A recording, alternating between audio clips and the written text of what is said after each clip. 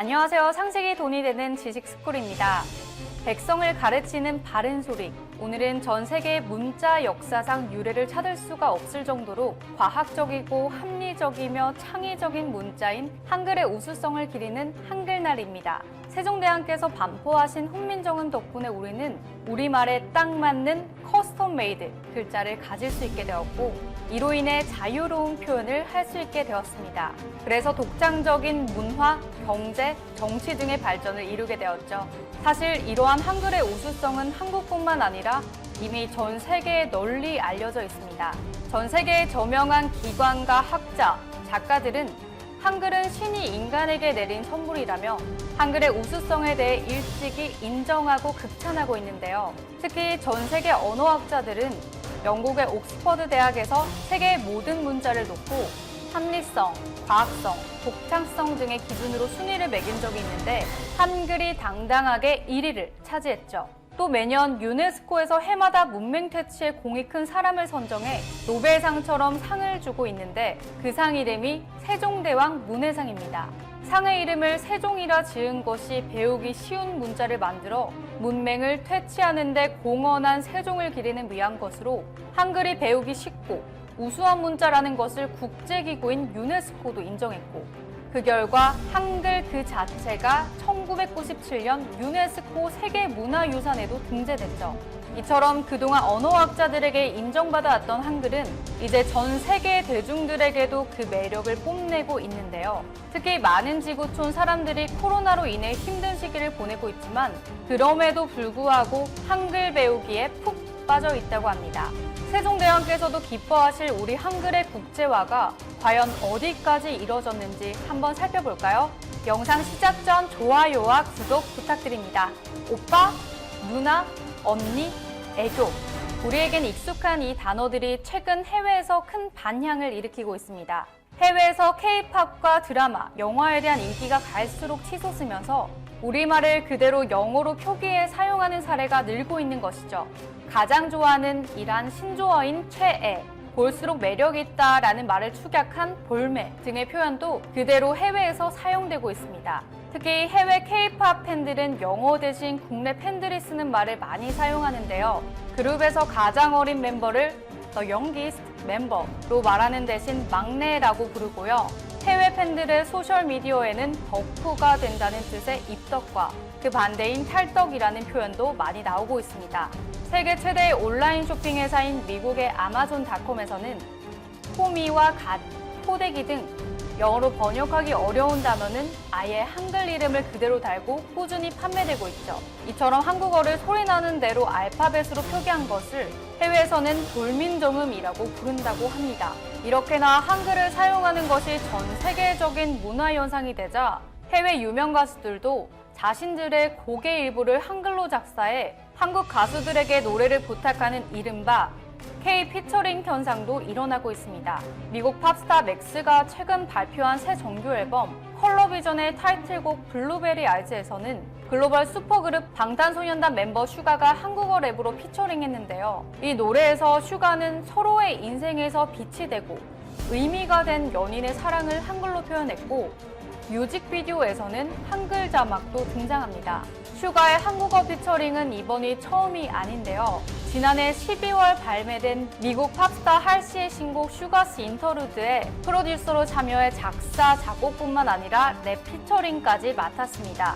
슈가는 이 노래에서 해가 뜨기 전 새벽은 무엇보다 어둡지만 등과 같이 한국어로 작사된 가사를 읊었죠. K-팝 간판 걸그룹으로 부상한 그룹 블랙핑크도 이 흐름에 합류했습니다. 지난 5월 세계적 팝스타 레이디 가가가 발표한 샤워 캔디에 블랙핑크가 피처링을 했는데 노랫말에 뜻밖의 표정 하나에 넌 당황하겠지, 비싼 척이란 말들로 날 포장한 건 너야 너야 등 한국어 가사도 포함되어 있죠. 특히나 외신들은 세계적 팝스타와 톱 K-팝 걸그룹이 만나 엄청난 성과를 거뒀다는 점에서 크게 주목하고 있습니다. 사워 캔디는 아이튠즈 세계 57개 지역 1위, 글로벌 유튜브송 탑 101위를 달성했을 뿐만 아니라 아울러 세계 양대 팝 차트인 미국 빌보드 핫 100과 영국 오피셜 차트 싱글 톱 40에서도 각각 33위와 17위에 진입하는 성과를 거뒀기 때문이죠. 사실 과거에는 한국어로 된 가사와 각지고 딱딱한 어감으로 인해 세계인이 함께 부른 노래 가사에는 적합하지 않다는 박한평도 일부 있었습니다. 하지만 지금은 오히려 해외 팝스타들마저도 한국어로 된 가사를 들을 때 시를 읊는 것 같다. 가사를 찾아보기 전까지 오히려 더 신기하게 느껴지고 가사를 이해하면 그 메시지는 너무 아름답다며 한글로 작사된 가사에 매료되었다고 말하고 있죠. 대중음악평론가인 이규탁 한국조지 메이슨대 교수는 이전까지 K-팝이 마니아적 문화였는데 이제 해외 젊은 세대에게 쿨하고 힙하며 젊은 감수성을 대변하는 세련된 문화로 자리매김했다면서 이에 따라 한국 문화가 대접을 받는 흐름이 생겼고 그것을 대표하는 현상 중 하나가 한국어다. 한글로 노래를 부르게 되면 세련되게 보이는 경향이 있어서 한국어 피처링이 늘어나는 것이라고 평가했습니다. 게다가 전 세계적인 한글에 대한 귀한 대접은 K-팝을 통해서만 일어나고 있는 현상이 아닙니다. 세계적으로 성공한 TV 시리즈 스타트랙의 작가 겸 제작자인 조 메노스키가 세종대왕의 한글 창제에 얽힌 이야기를 그린 판타지 소설 킹 세종 더 그레이트를 써서 전 세계적인 화제가 되었습니다. 이 책의 공식 출간일은 574돌 한글날인 오늘 10월 9일로 서울 종로구 통인동 세종대왕 탄신지에서 출판 기념회를 열 예정입니다. 모국어가 영어인 메노스키가 영어로 쓴 원본 킹 세종 더 그레이트와 이를 번역한 한글판이 동시 출간되는데요. 메노스키는 머릿말에서 자신이 20년 동안 한국 영화와 TV 드라마의 팬이란 것을 밝히며 만약 유럽의 어떤 지도자가 백성들을 위해서 글자를 만들었다면 전 세계는 이미 그 사실을 알았을 거다. 전 세계의 소설과 영화, TV 시리즈 등에서 유럽 지도자의 이야기가 소재가 되고 재해석되었을 거다라며 한국 외 다른 국가에서 세종과 필적할 만한 상대가 있었다면 과연 누가 될 수 있을까 상상해봤다. 레오나르도 다빈치가 피렌체의 통치자인 경우일까? 아이작 뉴턴의 영국의 왕인 경우일까? 세종대왕은 신적인 존재와도 같다. 비교할 만한 대상 자체를 찾기 힘들다라고 말하면서 세종대왕과 한글에 대한 극찬을 아끼지 않았습니다. 이어 그는 세종대왕과 한글의 열렬한 팬임을 자처하면서 한글을 처음 알았을 때 충격을 받았다는 표현이 부족할 정도로 정말 놀라웠습니다. 한글 자체가 가진 기록 체계의 정밀함과 기능적인 우월함도 대단했지만 이 모든 것이 천재적인 왕에 의해 창제되었다는 스토리는 믿기 어려울 정도로 충격적이었습니다. 게다가 더 충격적이었던 것은 이런 이야기가 전 세계에 알려지지 않았다는 것이었습니다. 고 인터뷰에서 밝히며 자신의 소설을 통해 세종대왕과 한글에 대한 스토리가 전 세계에 알려져야 한다고 얘기했습니다. 또한 조 메노스키는 향후 자신의 소설을 영상화하고 싶다고도 말해 할리우드에서 만들어질 세종대왕과 한글에 대한 드라마 혹은 영화를 수많은 팬들이 기다리고 있죠. 이렇게 전 세계적으로 우리 고유의 언어인 한글에 대한 열기가 뜨거워지면서 자연스럽게 우리말을 배우려는 열기도 같이 뜨거워지고 있는데요. 실제로 국제사회에서 번지고 있는 한국어 배우기 열풍은 여러 가지 지표를 통해 나타나고 있습니다. 지난해 한국어 시험 접수자는 37만 명을 넘어선 것뿐만 아니라 76개 나라 213곳에 설치돼 우리말과 문화를 알리는 세종학당을 찾는 외국인들도 급증했습니다.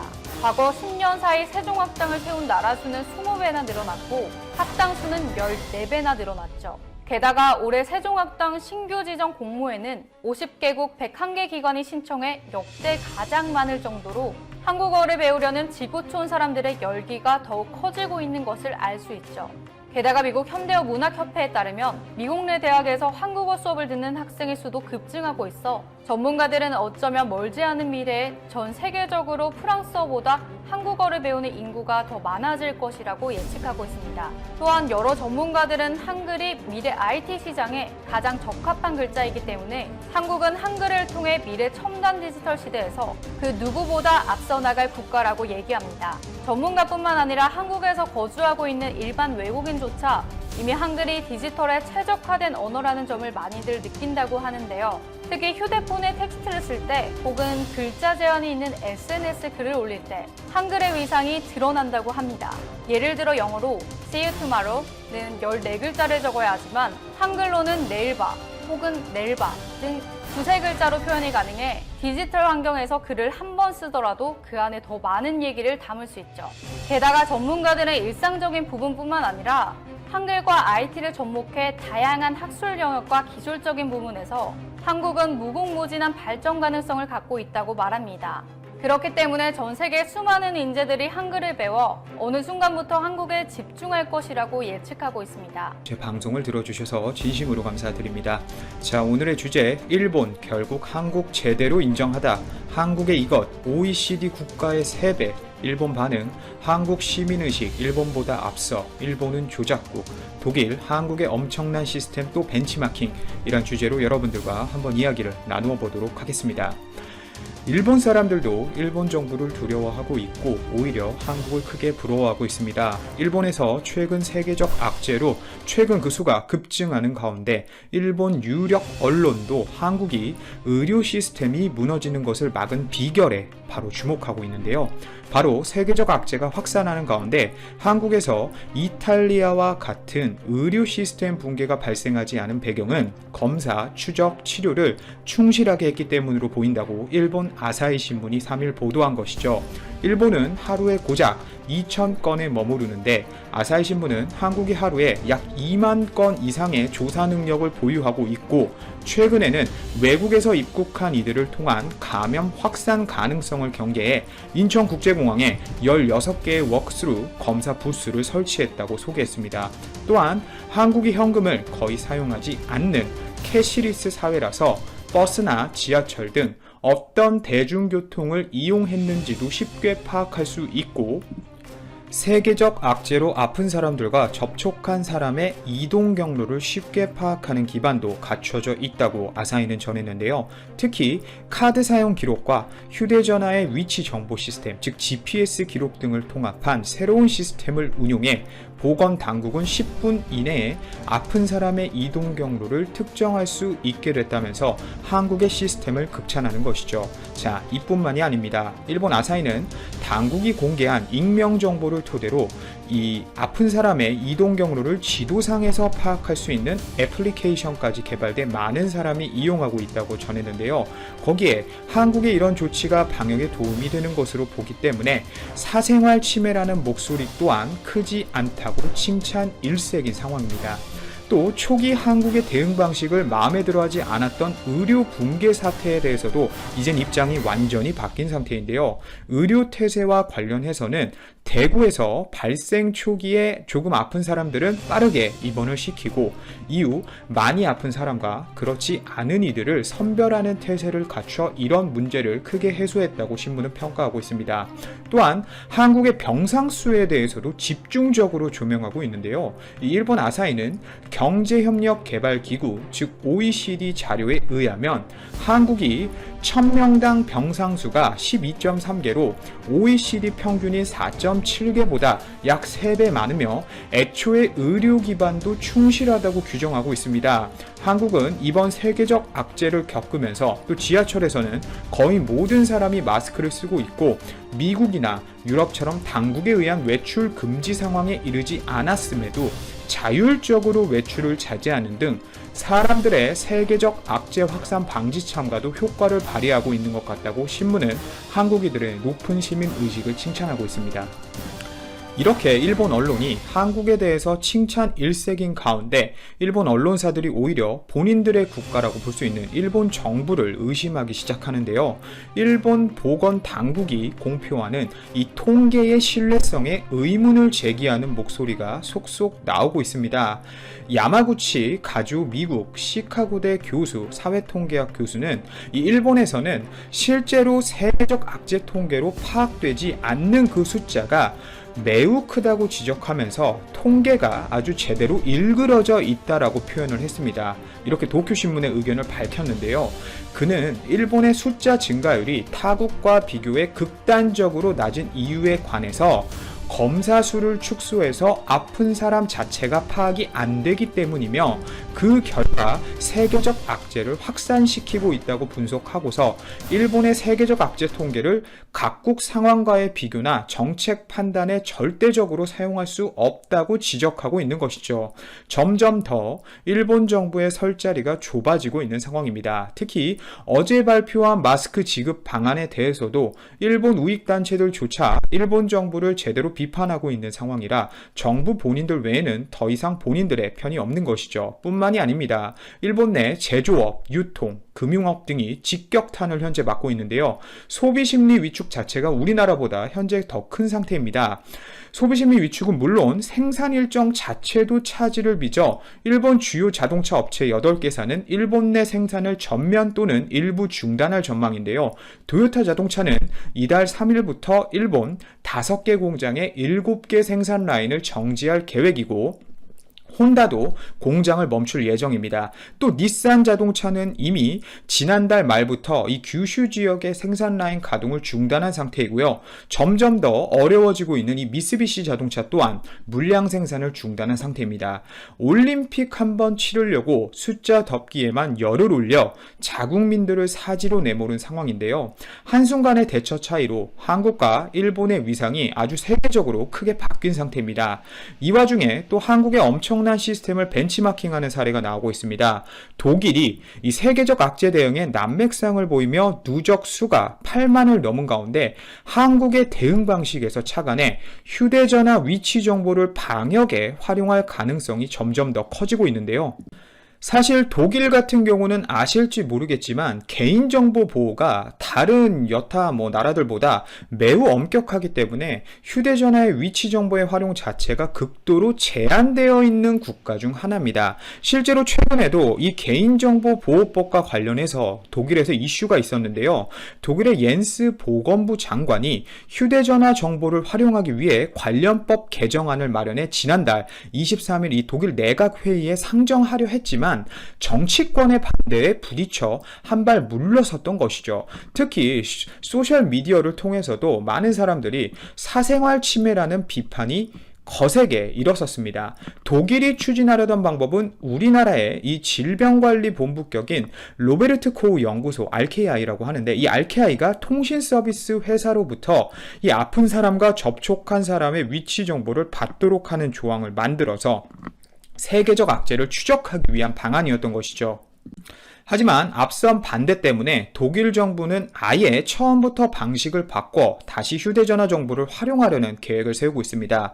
독일 정부는 이에 따라 최근 우리나라 한국 정부 측에도 세계적 악재 대응을 위한 휴대전화 활용 방식을 문의했는데요. 독일 정부는 개인정보 침해 논란을 고려해 애초 이 보건부의 위치 추적 방식과는 조금 다른 기술을 적용할 계획인 것입니다. 바로 기존 한국의 시스템을 벤치마킹하여서 시민들이 정부가 만든 이 애플리케이션을 내려받으면 최대한 개인정보를 보호하기 위해 무작위로 아이디가 난수로 생성되도록 하고 같은 애플리케이션을 설치한 시민과 직접적으로 접촉할 경우 블루투스를 통해 서로의 아이디를 저장하도록 만든 것이죠. 아이디는 앞서 말씀드린 우리나라의 질본격인 RKI의 서버로 자동적으로 보내지고 아이디 당사자가 이 세계적 악재로 확인받을 경우 RKI가 기존 아이디를 공유했던 블루투스를 통해